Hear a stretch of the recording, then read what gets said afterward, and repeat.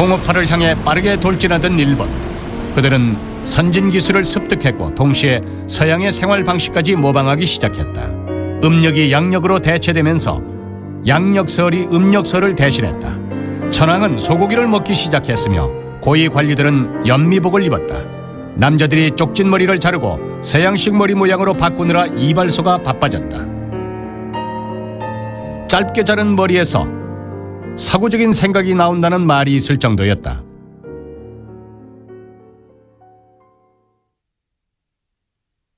(1000여 년) 전 중국 당나라를 모방하여 나라시를 건립했던 것처럼 도쿄의 긴자에 서구화된 거리가 조성됐다.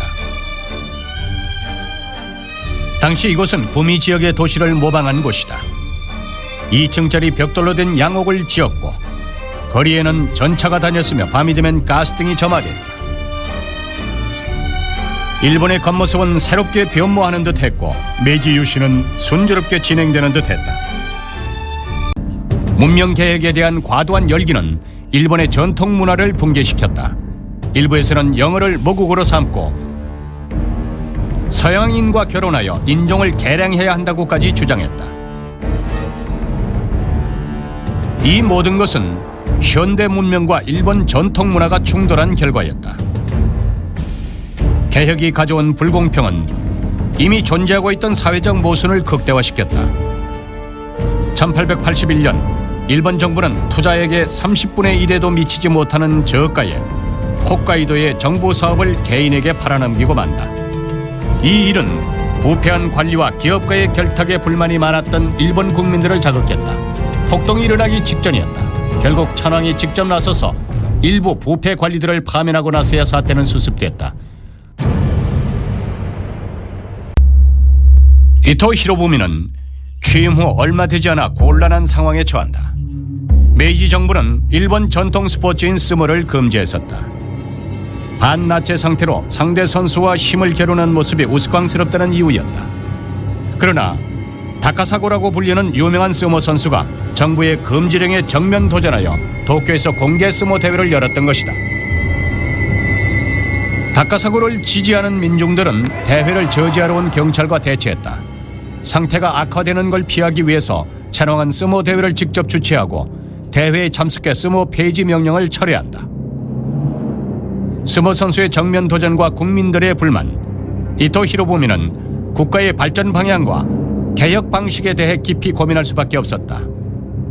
이토 히로부미의 집권 당시에 일본 국내에는 개혁으로 인해 발생한 모순이 이미 사회와 정치 부분 곳곳에서 눈에 띄게 드러나 있었다. 서양 문화를 접하고 새로운 세계를 만난 일본 국민들은 자신들의 권리를 주장하기 시작했다. 한번 시작된 자유민권 운동은 대대적인 규모로 오랫동안 지속되어 일본 사회 각계각층에서 전개됐다. まず第一に自由民権運動からの要求、これが中心ですね。その点でですね、自由民権運動が非常に激化した結果ですね、明治政府でも憲法と国会を作らなければならないと、作らなければ自分たちが打倒されてしまうというね。 대세의 흐름에 따르던 이토 히로부미도 입헌의 필요성을 느끼게 됐다.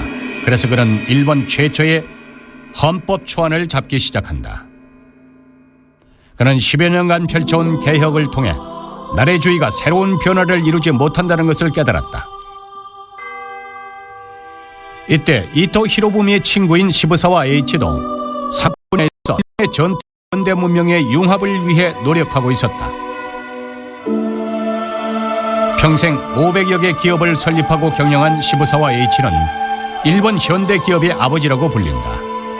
기업 경영에 발을 담근 그 순간부터 그는 중국 유가 사상의 경전인 논어를 자신의 지침서로 삼았다. 그는 한 손에는 논어를, 다른 한 손에는 주판을 든 기업가의 이미지로 많은 일본인들을 위해 곳곳을 다니며 연설을 했다. 시부사와 H는 의리와 이익이 일치해야 한다는 경영 이념을 제안했고 이토 히로부미는 헌법에 일본 자국의 전통을 결합시켰다. 그러나 이해하기 힘든 일이 발생했다.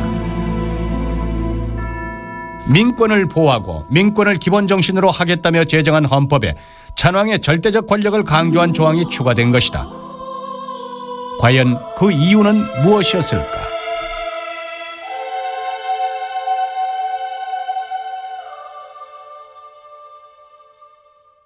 なぜか知らんけどもその天皇制っていう基軸をこれ一種の宗教みたいなもんですよ。宗教みたいなものをなくしたら日本は日本でなくなるという考え方を持つ人が圧倒的にいるわけですよね。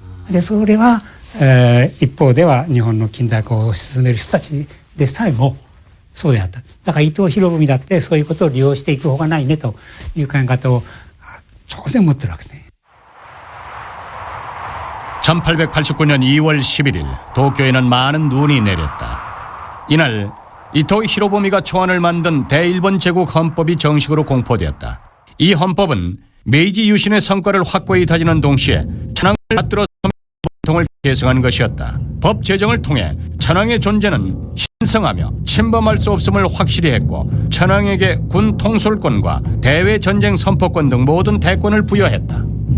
제국 헌법으로 인해 일본의 정치는 제도적으로 다수의 당이 존재하는 다당제였지만 실제로는 천황제가 된다.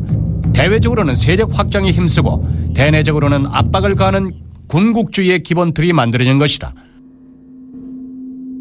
사학자들은 이토 히로부미가 스모와 같은 민족운동을 지켜내기도 했지만 일본 전통문화 중 계승할 가치가 없는 부분, 특히 군국주의와 같은 제도는 오히려 강화시켰다고 평가한다. 그러나 그 당시 이토 히로부미는 전통을 지킴으로써 심화되고 있던 사회적 모순을 최소화했다. 헌법 공포 후 일본 경제는 빠른 속도로 발전했고 극단적인 서구화는 억제됐다. 그리고 일본 사회에는 새로운 현상이 나타난다.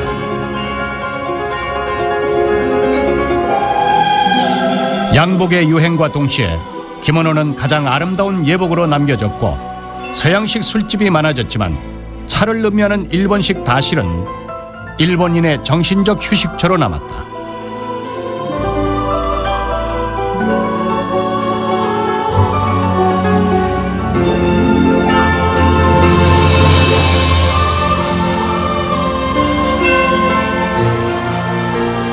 팝송이 불리기 시작했지만 일본 전통 가문은 최고의 정점에 도달했고 화려한 유화가 일본인들의 시선을 사로잡을 때 일본의 풍속화도 세계 회화의 한 장르로 자리 잡았다.